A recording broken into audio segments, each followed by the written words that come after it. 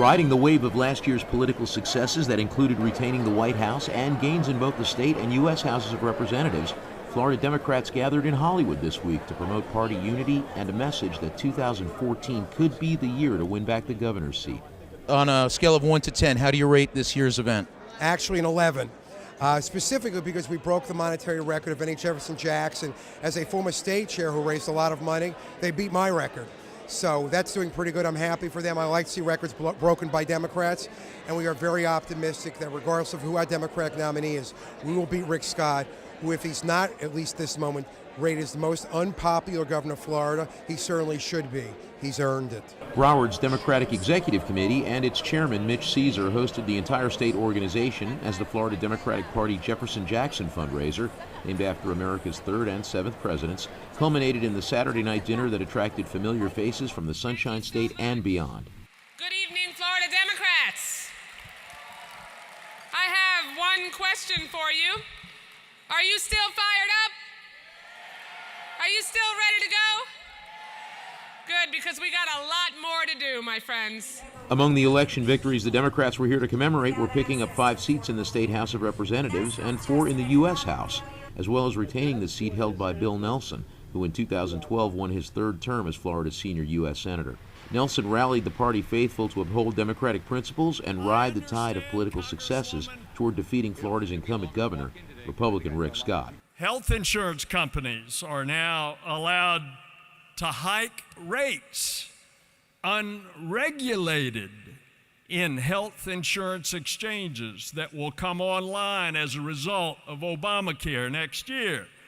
And as a result, we're going to see insurance companies make every effort to gouge us with unchecked rate increases. So who signed a bill stripping Florida's insurance regulator of any ability to approve, modify, or reject rate hikes by state insurance companies for the next 2 years? Who? Rick Scott, that's who. The record-breaking event drew a number of recognizable faces, including the dinner's keynote speaker, the popular mayor of San Antonio, Texas, Julian Castro. He came to national prominence last year following his speech at the Democratic National Convention. The National Democratic Party, I believe, is in a strong position, should have a good group of candidates across the states in 2014. I believe Hillary Clinton is going to run for president and win the presidency in 2016.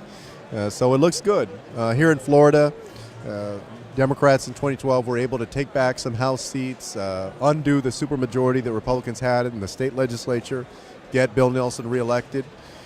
So I feel good about the momentum that the Florida Democratic Party has going into 2014. What are the biggest priorities for the party going into the next 12 months, do you think? I believe to continue to fight for the middle class, to ensure that we represent opportunity for everyone, not just some folks, and to be the bigger tent party, to be inclusive. That's why the Democratic Party is winning these elections. Among the Florida Party dignitaries and officials attending this year's Jefferson-Jackson festivities are former Florida Attorney General Bob Butterworth, Florida Congresswoman and Democratic National Committee Chairperson Debbie Wasserman Schultz, Florida's United States Senator Bill Nelson, and a not-quite candidate for governor, former Florida governor and former Republican Charlie Crist. Do you want to be governor again? Well, it was a great job. You know, it's a wonderful opportunity to help an awful lot of people. Almost 20 million people in Florida, teachers, firefighters, law enforcement officers, disabled. So it's a great opportunity to serve others, no question. Do you want to succeed the man who succeeded you? I'm thinking about that. And, you know, I talked to Carol about it. I talked to fellow Democrats all over the state about it. And, you know, before too much longer, we'll have to make a decision. Like their leaders, the party faithful seem energized and say they're very optimistic about the next 18 months.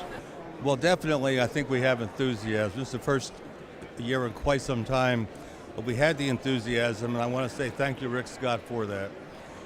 The party is unified. It's probably the largest number we've had at a Jefferson-Jackson in probably ever. The enthusiasm is here, and I think people really want Florida to get back on track.